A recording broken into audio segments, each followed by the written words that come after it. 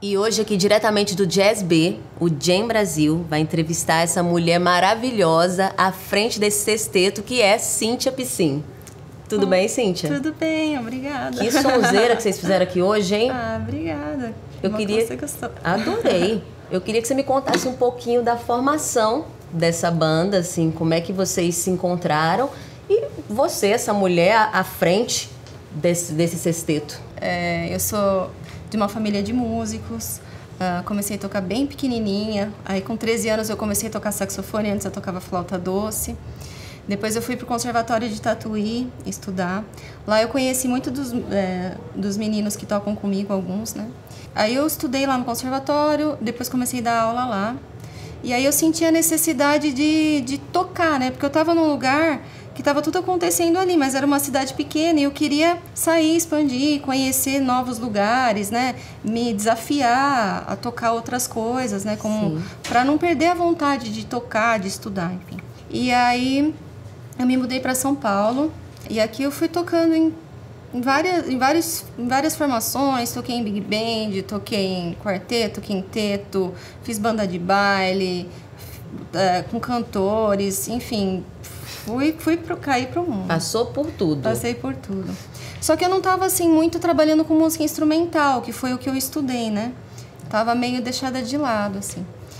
Aí eu conheci um movimento que é do Jazz na Kombi, né? Que eles tocavam na rua e eles promoviam jazz na rua, assim. Eles faziam um movimento que se chamava Iquiririm Jazz Festival, né? Faziam um festival na rua. Iquiririm é uma rua lá do Butantã, é tipo uma ruinha sem saída. E eles montavam lá uma pequena estrutura, sem dinheiro, nada, mas a gente fazia um som e rolava muita gente jovem assistindo. Parava na rua e ficava lá curtindo música instrumental, coisa que pra mim eu achava que era um público seleto, assim, sabe? Então aquilo me chocou, assim, e me deixou bem feliz, assim, falei, nossa, dá pra sair do teatro, dá pra sair dos clubes de jazz e tocar pra mais gente, sabe? E aí eu já compunha desde sempre, assim, desde que eu estudava em Tatuí, eu compunha. E aí eu comecei a pensar em formar uma banda através disso, né? Através desse up, de tocar com outras pessoas. Eu falei, poxa, eu tenho as minhas músicas, então eu queria formar uma banda para poder tocar. E aí o meu marido, que é o Richard, né? Que toca os sopros comigo, ele falava, amor, tem que arrumar uma galera que tenha a linguagem do seu som, assim. Vamos tocando e a gente vai achar essa galera. Um dia ele foi tocar numa gig, lembrou do Miguel, do nosso baterista, que ele tinha tocado com o pai dele há muitos anos atrás, nem sabia que ele tocava bateria. E aí viu o Miguel tocar e falou, meu, ele toca demais, vamos chamar ele que vai dar play. Aí a gente chamou, o Robinho tinha sido meu aluno de prática de repertório em Tatuí. O Jackson, da mesma forma, conheci tocando em outras gigs. Apesar dele ter estudado em Tatuí, eu não conheci ele naquela época, conheci ele depois. E o Fabinho da guitarra, ele estudou comigo na mesma época em Tatuí, é meu amigo há muitos anos, eu admiro muito ele como músico, como pessoa. E aí eu trouxe essa galera e a gente se juntou e deu super certo, assim. E depois que o som tava redondinho, assim, aí isso foi em 2015 mais ou menos que a gente começou a tocar junto. Em 2019 a gente conseguiu gravar, a gente gravou o EP, né, as três músicas. Essas 3 músicas que vocês apresentaram é desse EP? Isso, são as 3 músicas. Músicas autorais, composições suas. Isso. Então foi isso, aí a gente lançou em 2019, aí 2020 deu aquele break e agora a gente tá voltando, né? E eu queria saber por que você escolheu o saxofone, por que você se apaixonou por esse instrumento. E eu queria entender, eu sei que não tem esse negócio de instrumento para homem ou para mulher, mas eu não vejo tantas mulheres saxofonistas. Eu queria que você falasse um pouquinho disso, como é que é a sua relação com o instrumento, com o seu estudo. Eu estudava flauta doce, né, de criancinha, comecei a aprender com a minha irmã em casa. E meus irmãos tinham uma banda de baile, né, tocava música da rádio para as pessoas dançarem nos clubes e tal. E eles ficavam curtindo muito, assistindo muitos vídeos de música e tal. E eu não via ninguém naqueles vídeos tocando flauta doce. E aí a minha irmã, na época, tinha um namorado que tinha um sax, que era de uma bandinha da cidade. Eu sou de São Carlos, né? Era de uma cidade próxima lá. E ela falou, ó, vou pedir o sax pra ele, você experimenta, ver se você gosta. E aí ela trouxe o sax, e aí eu comecei a ver em um monte de lugar, vídeos, né, das pessoas tocando sax, e comecei a tocar, e aquilo me apaixonei pelo instrumento, assim, mesmo não conseguindo tocar, né, que era um instrumento muito ruim, assim, eu não conseguia nem tirar som direito, mas eu me apaixonei, assim, tipo, eu me achei com aquele instrumento. É esse meu instrumento. É esse aqui, é isso que eu gosto. Mas ainda eu não sabia se eu queria viver de música ou não. Isso eu tinha uns 11, 12 anos. Aí quando eu tinha uns 13 anos, foi um professor, o Goio Lima, foi em São Carlos dar um curso livre na universidade, ele é saxofonista. E ele montou uma turma de aulas coletivas lá. E ele tocava muito, assim, tinha um som muito lindo. E aí quando eu ouvi, eu falei, eu quero ser que nem ele. Eu quero morar em São Paulo, eu quero tocar saxofone, eu quero viver de música. Eu me apaixonei mesmo por esse universo, sabe? Do sax, da música, de viver da música. Isso passou a ser uma possibilidade bem grande para mim, assim. Eu não tinha referência de mulheres tocando sax quando eu comecei. Não tinha mesmo. Eu fui conhecer a Candy Dolfer, que é uma saxofonista, depois de alguns anos que eu já tocava, mas eu só via... Eu gostava do Dave Sanborn, que é um saxofonista que eu via os vídeos com os meus irmãos e tal. Charlie Parker e tal, mas não tive referência feminina. Mas eu tinha minhas irmãs que tocavam na banda. Eu tinha uma irmã que toca guitarra, outra que toca bateria, outra que tocava teclado. Então eu falava, mulher pode tocar qualquer coisa, não tem. Eu achava legal elas tocando instrumento que geralmente não tinha meninos, né, tocando. Mas eu acho que acontece isso, das meninas às vezes não pensarem na possibilidade daquele instrumento por não ter referência, né? Sim. Hoje eu tenho muitas meninas tocando, sabe? Começando a estudar. Às vezes ainda não tem muita no mercado, mas estudando, que daqui a alguns anos vai vir uma geração grande de meninas tocando. Já tem muito mais. Eu lembro quando eu estudei no conservatório, mais ou menos no ano de 98, 2000, no curso de MPB só tinha eu e mais uma menina. E acho que no curso de música erudita, acho que tinha mais uma ou duas só. E tem uma curiosidade que eu tenho um filhinho de 9 anos, né? Tenho 2 filhos, a Mariana de 12 e o Gabriel de 9. E quando ele era menorzinho, ele falou assim, ô pai, eu posso tocar saxofone? Aí meu marido falou, pode, por que não? Mas saxofone não é instrumento de menina? Olha, porque eu vejo isso. a mamãe tocar e você toca instrumento de bocal e ela toca saxofone, então eu acho que saxofone é instrumento de menina. Então você vê, tudo são referências, quer dizer, né? Você se tornou a referência para ele. A referência para ele. Eu acho que é assim, a gente que vai entrando no mercado de trabalho, vai inspirando outras mulheres, né? Então acho que isso está começando a crescer e daqui a uma geração, logo logo elas vão estar dominando aí.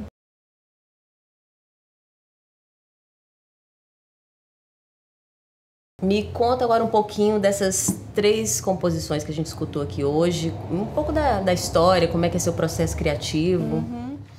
Eu componho desde que eu comecei tava terminando o conservatório, que eu já estava num nível melhor, assim, eu comecei a compor, né?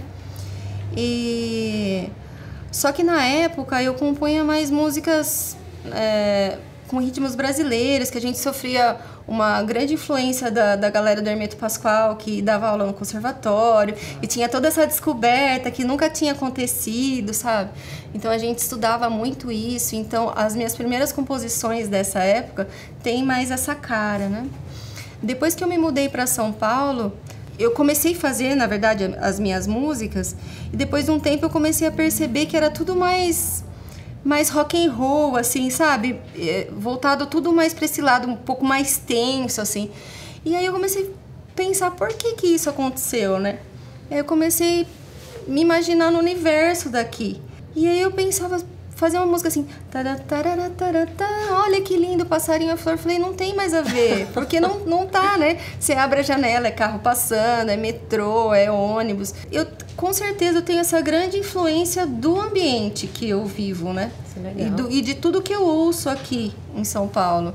Então minhas músicas caíram mais para esse lado, assim, eu acho. A primeira música que a gente tocou se chama Projeto 2. Essa música ela é interessante porque, como eu havia falado do projeto do Jazz na Kombi, né? Então a gente não tinha ensaios. É tipo uma jam que a gente chegava para tocar, né? Mesmo porque não tinha recurso financeiro, a gente ia tocar por prazer, né? Pensei, né? Eu queria tocar uma música minha. Aí eu pensei assim, poxa, eu posso fazer uma música que a melodia seja um pouco mais complicada, porque sou eu que vou tocar, eu e o Richard. E a base tem que ser alguma coisa, uma harmonia mais simples, para eu chegar na hora e falar, ó, esse acorde, a bateria assim, e sair tocando. E a Projeto 2 foi nessa ideia que eu fiz ela. Depois pro disco aí eu criei uma introdução e tudo mais. Quando juntou a banda a gente foi elaborando ela mais, né? Depois a gente tocou uma outra que se chama Five Elements, né? 5 elementos. Essa música eu me influenciei, ouvia bastante a galera do M-Bass, um saxofonista que chama Steve Coleman, né? Que eles usam muito polirritmia, tocando várias coisas juntas e tal. Coisas diferentes, mas tocavam juntas e tal. E aí eu fiz essa música, que a bateria ela segue a levada em 3, mas todo o resto da banda toca em 4x4. Então a gente fica todo o tempo, se encontra e desencontra, assim. E a terceira música se chama Freedom Harris Dance, que é uma música que eu fiz pensando no Ed Harris, que é um saxofonista americano. Ele foi um dos primeiros que começou a tocar com pedais e tal. E ele tem uma música que se chama Freedom Jazz Dance.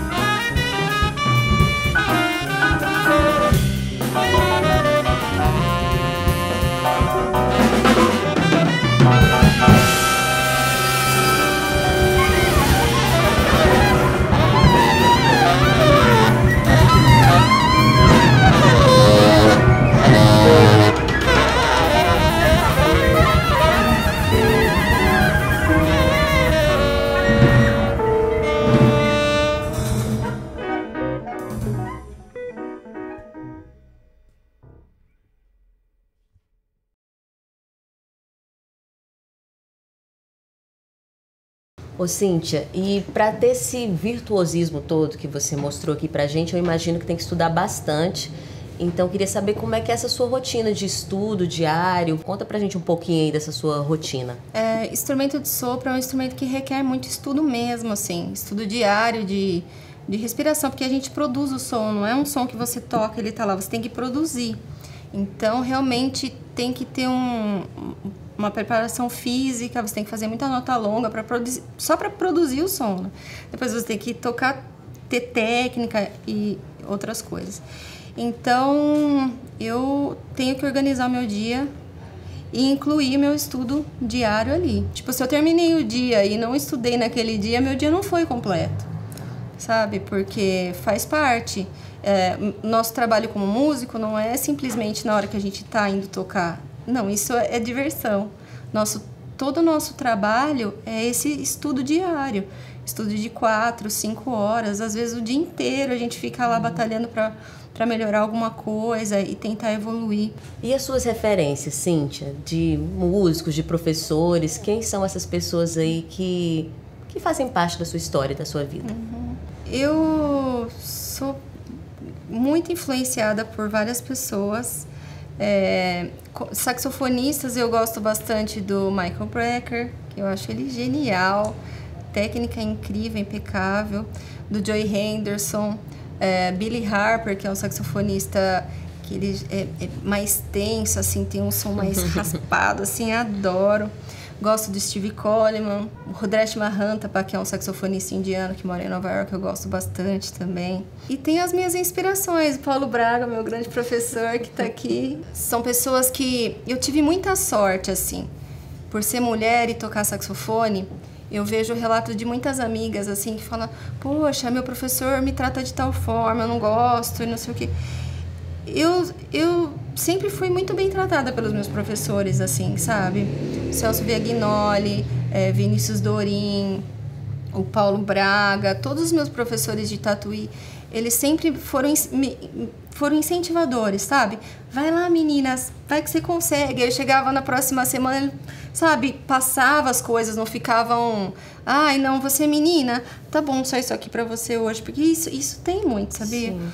Tá bom isso aqui pra você hoje? Ah, você já tá tocando bonitinho. Nossa, que maravilhosa. Não, maravilhosa, mas tem coisa pra melhorar. Vamos melhorar. Fala a verdade. Sim. Sabe? Eu quero ser tratada como igual. Agora conta pra gente dos projetos futuros. O que tá por vir aí? Bom, eu compus bastante nessa pandemia, né? Porque tive tempo pra isso. Então, o projeto futuro agora é gravar. Agora que a gente pode se juntar, né? Porque certo. A gente não tava podendo se juntar. Agora é se juntar, ensaiar e entrar no estúdio e gravar um disco novo. Agradeço aqui a sua participação no nosso programa. Agradeço, adorei o papo. Eu, por mim, ficaria mais. Mas é isso, gente. Essa aqui é a Cíntia Piscin. Participou aqui com a gente. Obrigada. Obrigada a vocês.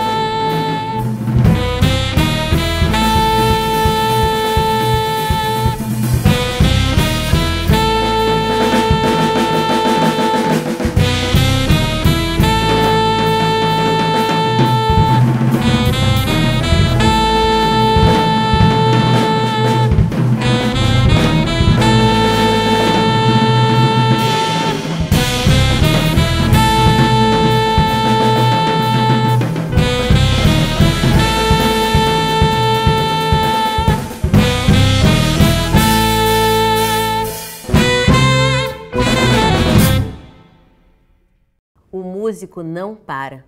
Durante os últimos 20 meses, eles estudaram, fizeram novas músicas, lançaram singles, discos e EPs. A música nunca para, porque o artista nunca para. Sigam o canal do Polo Cultural, curtam o vídeo, comentem e compartilhem a genialidade dos artistas Nelson Aires e Ricardo Hertz, Edu Ribeiro Trio, Brazu Quintê, Teco Cardoso e Thiago Costa, Cíntia Piscin e Ana Karina Sebastião. Esse programa é idealização de Eneida Soler, curadoria de Paulo Braga e realização do Polo Cultural Educação e Arte. Alguns agradecimentos muito importantes. Ao Max, que abriu as portas do Jazz B, a Lei Aldir Blanc, a Prefeitura da cidade de São Paulo, a equipe toda, o nosso muito obrigada. Vamos em frente.